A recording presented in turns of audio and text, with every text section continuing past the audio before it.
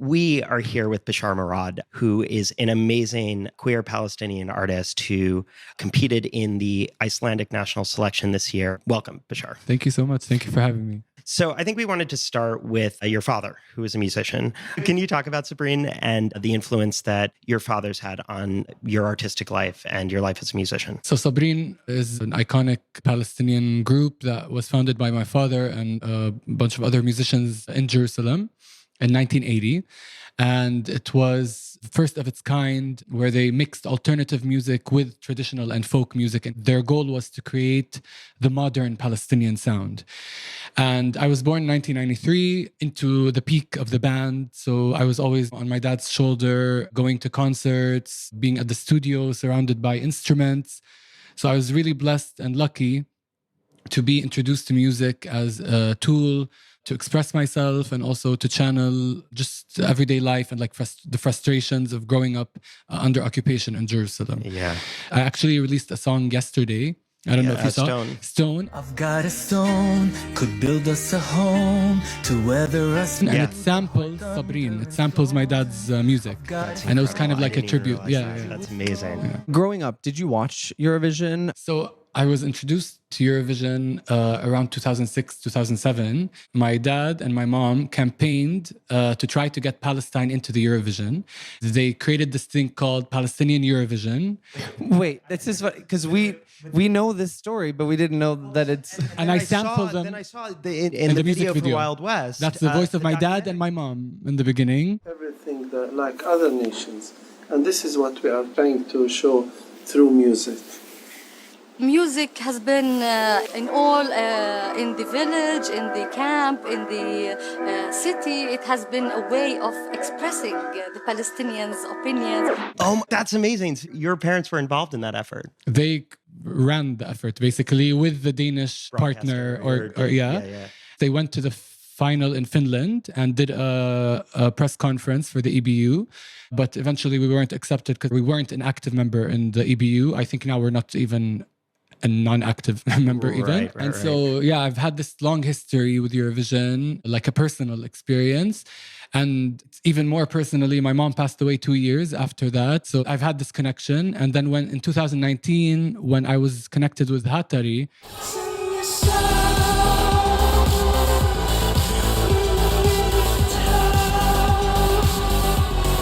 I just felt like this, perfect alignment. Yeah, exactly. Given that background and given that history, what was your, just from an emotional point of view, your reaction post-invasion of Gaza? The EBU eventually sort of makes the decision that Israel is still going to be a member in good standing within Eurovision. My reaction is like, of course, makes sense. To me, Israel has always been Israel. The scale of the atrocities that are being committed are times 1,000. But to me, like a person who grew up in Jerusalem, living under occupation, seeing soldiers every day, and Israel has always been allowed to be in the Eurovision, you know? The treatment of Palestinians has been the same since 1948. Well, can you talk about the origin of Wild West and the decision to participate and maybe speak a bit to the experience of the competition? I'm on the road again. How did it come to this? Don't know where I'm going, but I'm looking for eternal bliss. In 2019, I was connected with Hattari from Iceland, and we've been friends ever since. And it was the end of COVID. I was in Jerusalem, and there was, the mutual feeling all over the world of feeling like everything we had worked for suddenly came to a halt. And it came out of like this frustration of what can I do next for my career? Because I always wanted to make it on the global stage. And I remembered that in Eurovision, at least in certain countries, you don't have to be like a citizen of that country. And I was thinking of which avenue I could use to participate in the competition because Palestine isn't allowed to participate. And I immediately thought of Iceland. And I texted my friend Einar, who is the GIMP drummer in Hattari. And I asked him whether you needed to be Icelandic to participate. He quickly checked. And we found out that it doesn't matter where you're from, just as long as the songwriters are 2/3 Icelandic, and that you would have to sing the song in Icelandic in the semifinal. Yes. You should check out the Icelandic. Vi är alla färgvästre vilda som ilt och spilter bästa folket. Och då i grymme gott mot varje fot för fot är det aldrig hållbil. What was that experience like? So I don't speak Icelandic. What? Now I do. At least I know my lyrics now. Yeah. It's a beautiful language, but also it has many strange sounds, yeah. that we don't have in Arabic or in English. But luckily, I had amazing teachers. Einar helped me.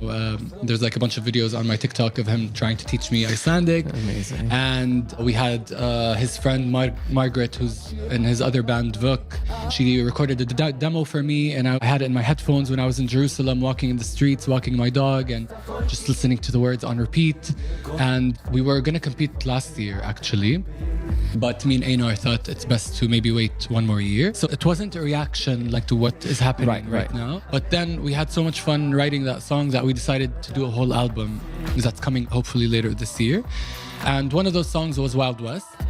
And we submitted Wild West and the other song to the broadcaster in August.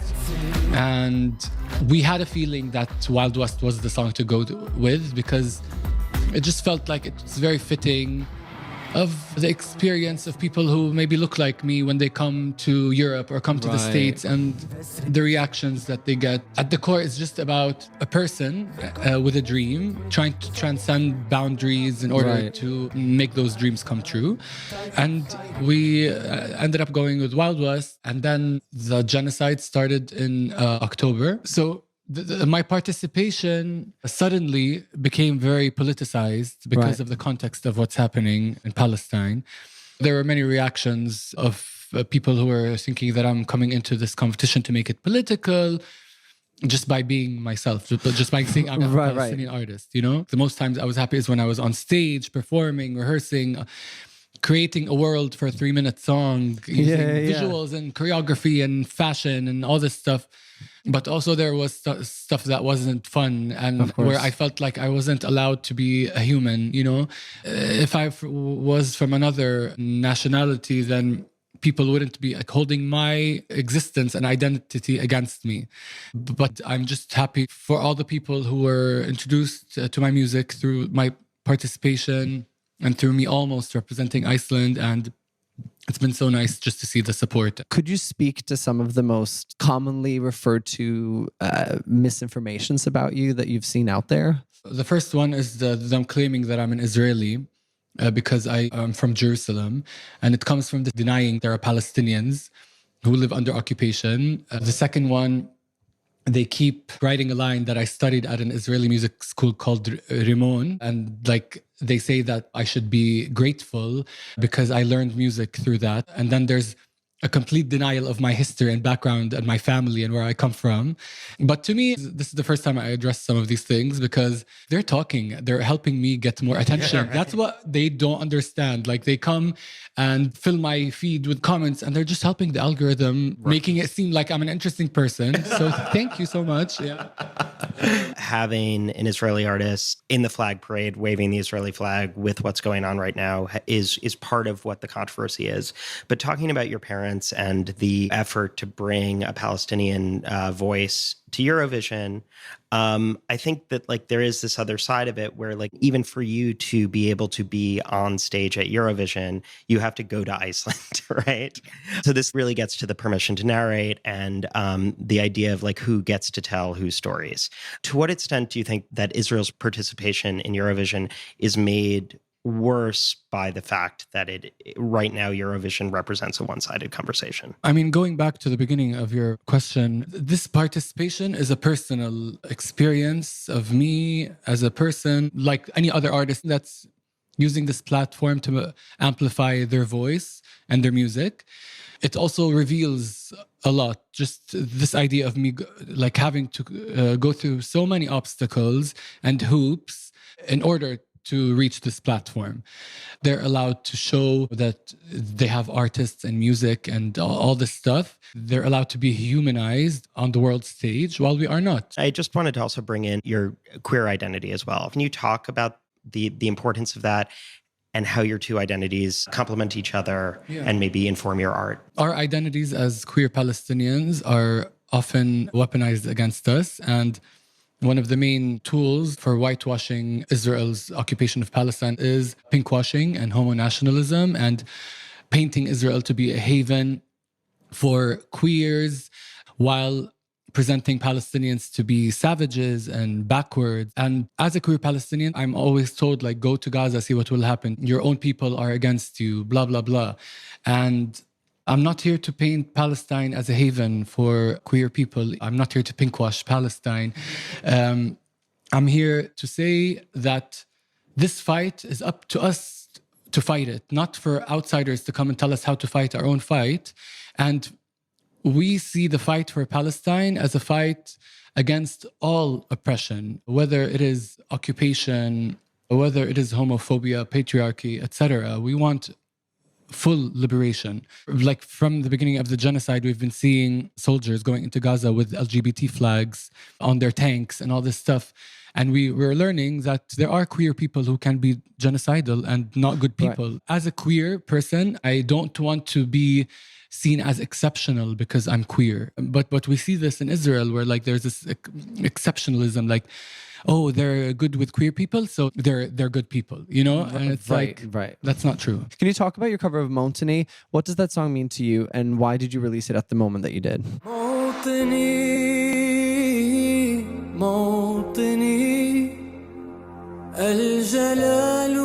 So Mawtani means my homeland, and it was the unofficial anthem of Palestine and other colonized nations in the Middle East. But it means a lot to the whole Arab world because it's a song that we learned since we are children. It's a beautiful song which has this feeling of melancholy and longing for freedom. And there's like this sadness, but also there's a sense of hope within it. I also wanted to give an experimental twist on it. It's a bit more electronic, and I don't think that's ever been done before. Usually it's sung in a more classical way. Right. And to me, hopefully it represents the future. I wanted to highlight how we've been singing for the same thing for 75 years, you know, like, right. And there's this like sadness of like, okay, when do we get to be just normal people, normal humans like others? And I think one of the other songs we just wanted to highlight real quick is Everyone's Getting Married. The lyric is incredible. So can you talk about that song, how it came about and the significance of it? So that was actually the first song I released in Arabic. It's called الكل عم بتجوز, Everyone's Getting Married. I initially thought maybe I'll try and pronounce that. It has many... we'll go with the translation. The funny thing is, before that, I had always been writing in English because it's really hard to write in Arabic without it sounding cheesy. There's like an art to doing it.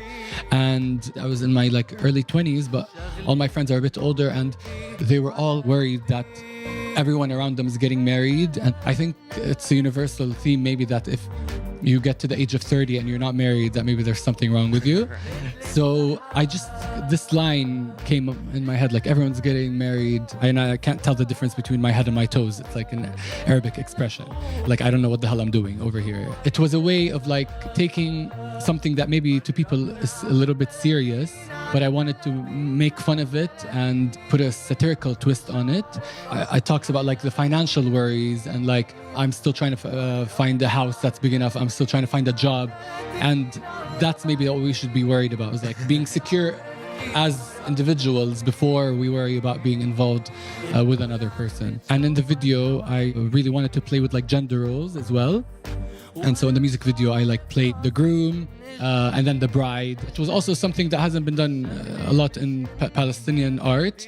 I think my focus on visuals came about because I realized nowadays it can't just be music. I started with my friends who were also like starting out in the film industry. It became a space to experiment and create worlds for this music. And now, whenever I write a song, it immediately comes with the visuals like that will accompany it. It's what I love, just like creating a world. This is why I loved my like being in Söngvakeppnin so much. You mentioned that it's hard to not be cheesy in Arabic. Having grown up in Norway, Norwegians are not the most effusive people. And I think often that English is more easy to be cheesy because, everything's a superlative. And I'm just curious, what is it about the Arabic language? Does it have a natural poeticism to it? First of all, because most like commercial Arabic music is usually like love songs. And I never wanted to write that. Maybe also there's something that it's my first language. And sometimes I feel like I take a moment to think, is this cringy or is this good? Can you talk a little bit about Stone? Sabrine's music means so much to me because it's basically my soundtrack to my childhood. And it means a lot to, I think, the older generation of Palestinians. And I always notice how the younger generation is not really aware of Sabrine. And so I've always wanted to sample their music and like to reintroduce it to future generations. But I was always very nervous about it because it's very holy to me. And like it's my dad's music. I have to do it right. Yeah. But when I was in the studio with Einar, I told him about this idea and I played him their most iconic song. It's called On Man, the original. And it's actually a poem by Mahmoud Darwish, who's one of the most iconic Palestinian poets. And we downloaded it from an MP3 and he started messing around with it. And then suddenly like the lyrics came about. And it's kind of like Mawtani. It has all these mixed feelings of despair and like talking about all the suffering that's happened, but also still having a sense of hope that will never go away. And we actually filmed a video for it in March, right after the competition when I went home. It will come out hopefully next week. Thank you so much for taking the time with us. Yeah. I know Thank there's so many you. people to Yeah, sit yeah, down. to- Yeah, thank you. But we are so excited for the show tonight. And Me too. Thank you so much. All the mysteries of the Euroverse.